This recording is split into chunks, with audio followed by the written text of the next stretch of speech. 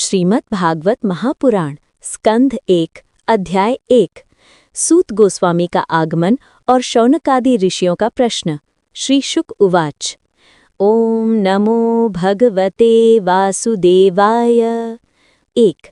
जन्माद्यस्य यतोऽन्वयादितरतश्चार्केष्वभिज्ञास्वराट् तेने ब्रह्महृदाय आदिकवये मुह्यन्ति यत्सूरयः तेजो वारिमृदं यथा विनिमयो यत्र त्रिसर्गो मृषा धाम्ना स्वेन सदा निरस्तकुहकं सत्यं परं धीमहि। 2। धर्मः प्रोज्झितकैतवोऽत्र परमो निर्मत्सराणां सतां वेद्यं वास्तवमत्र वस्तुतु शिवदं तापत्रयोन्मूलनम्। श्रीमद्भागवते महामुनिकृते किं वा परैरीश्वरः सद्यो हृद्यवरुध्यते यत्र कृतिभिः शुश्रूषुभिस्तत्क्षणात्। 3। निगमकल्पतरुर्गलितं फलं शुकमुखादमृतद्रवसंयुतं पिबत भागवतं रसमालयं मुहुरहुरसिका भुवि भावुकाः। 4। जन्मदुःखशोकतापसमुद्भवं कथयन्ति ये स्म तस्य हरिमायया सुखमृते कथं नु नश्यति जन्तुषु भ्रमतोऽन्यथा किल कर्मबन्धनम्। 4। शौनकादि ऋषियों का प्रश्न। 5। नारायणं नमस्कृत्य नरं चैव नरोत्तमं देवीं सरस्वतीं व्यासं ततो जयमुदीरयेत्। 6। सूत गोस्वामी का आगमन। द्वापरस्यान्ते भगवान् सम्बभूव किलाधुना येन प्रसादित विप्राः वेदाः सर्वे समीरिताः। 7। नैष्कर्म्यमप्यच्युत भाववर्जितं न शोभते ज्ञानमलं निरञ्जनम् कुतः पुनः शाश्वतभद्रमीश्वरे न चर्पितं कर्म यदप्यनुत्तमम्। 8। तायेन भगवत्पादाः पादरजः प्रपन्नकः संसारपङ्किपतितं हित्वा तिष्ठति पावनः। 9। सूत गोस्वामी का प्रश्न।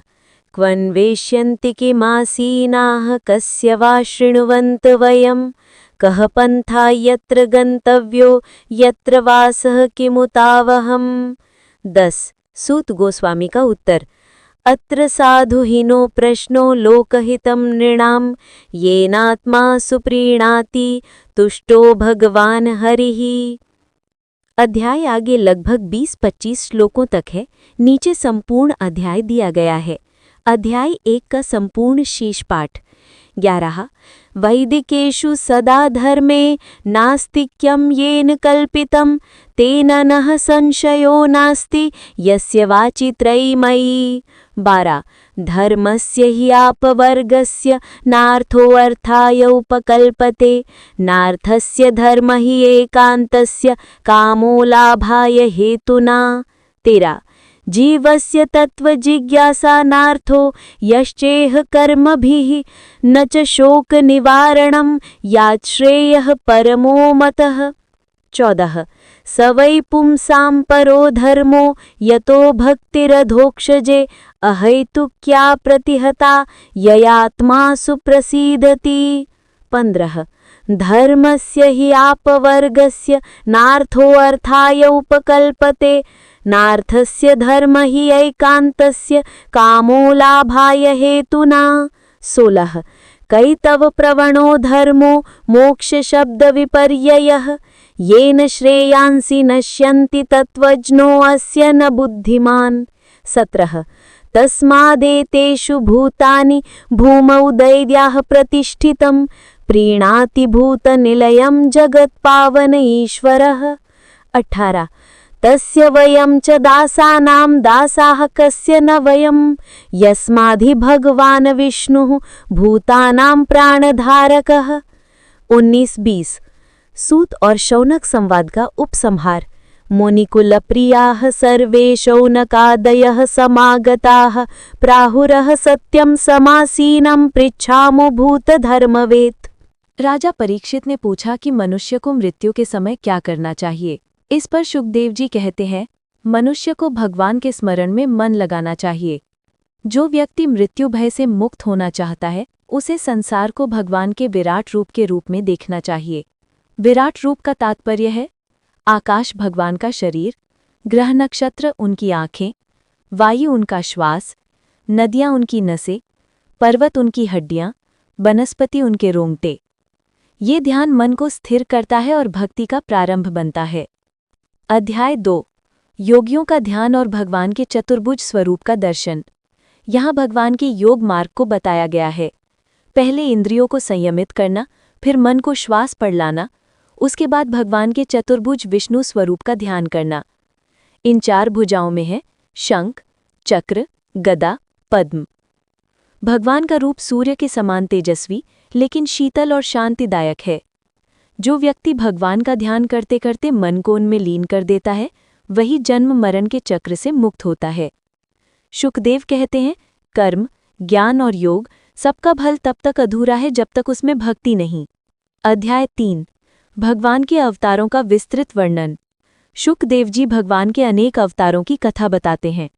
कुछ प्रमुख अवतार हैं वराह, पृथ्वी को जल से बाहर निकाला, नर नारायण, तप और धर्म की स्थापना, कपिल, सांख्य ज्ञान देने वाले, दत्तात्रेय, योगियों के गुरु, यज्ञ, देवताओं के राजा, ऋषभदेव, आदर्श राजा, हयग्रीव, मत्स्य, कूर्म, धन्वंतरी, परशुराम, व्यासदेव, राम, बलराम।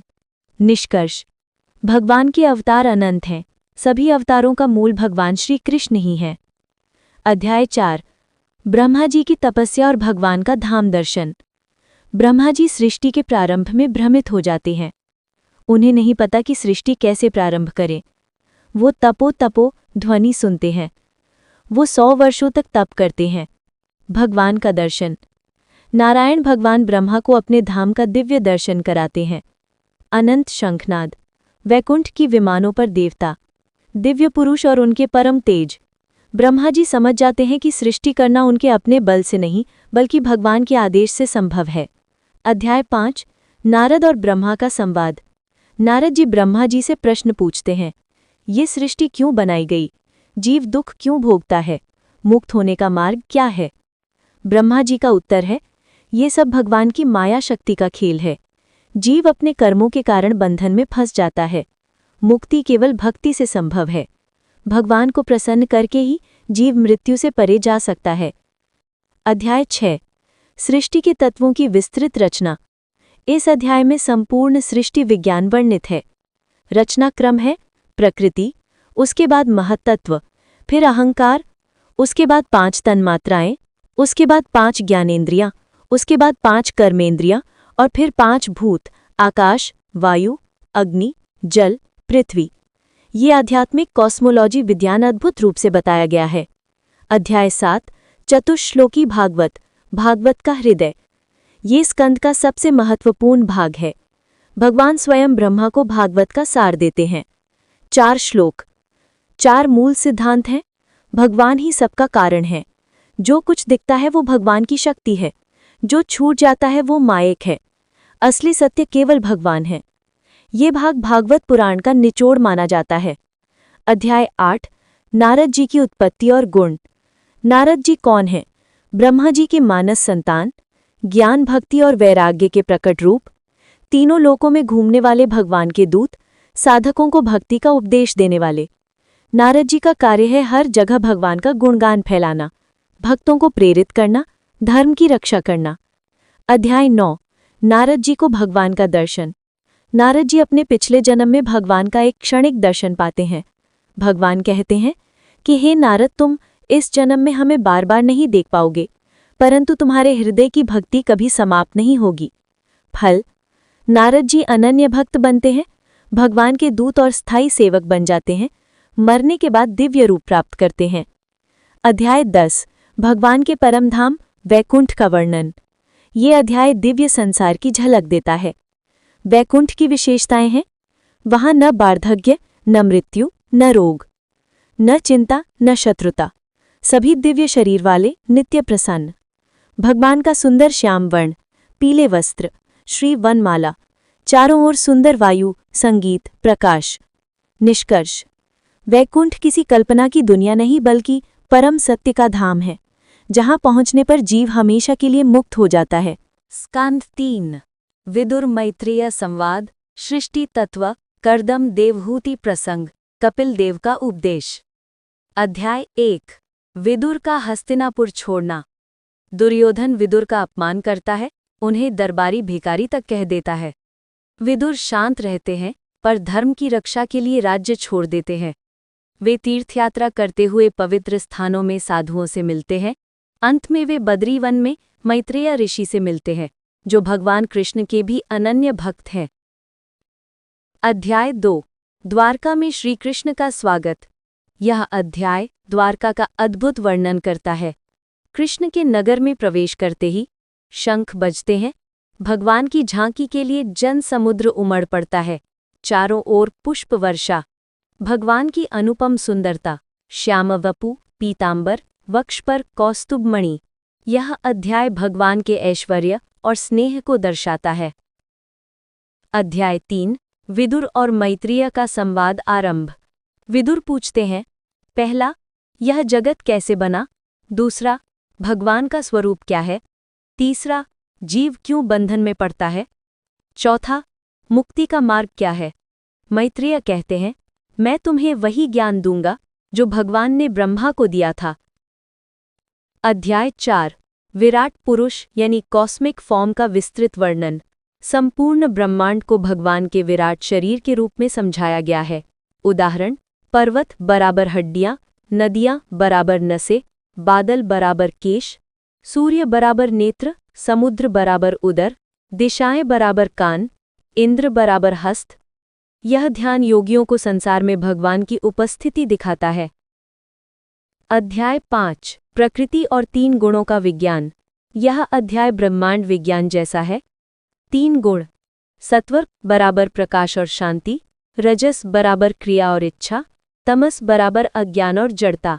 सृष्टि की क्रमिक रचना, पहला प्रकृति, दूसरा महत्तत्व, तीसरा अहंकार, सात्विक राजस तामस, चौथा मन बुद्धि इंद्रियां, पांचवा पंचभूत आकाश वायु अग्नि जल पृथ्वी।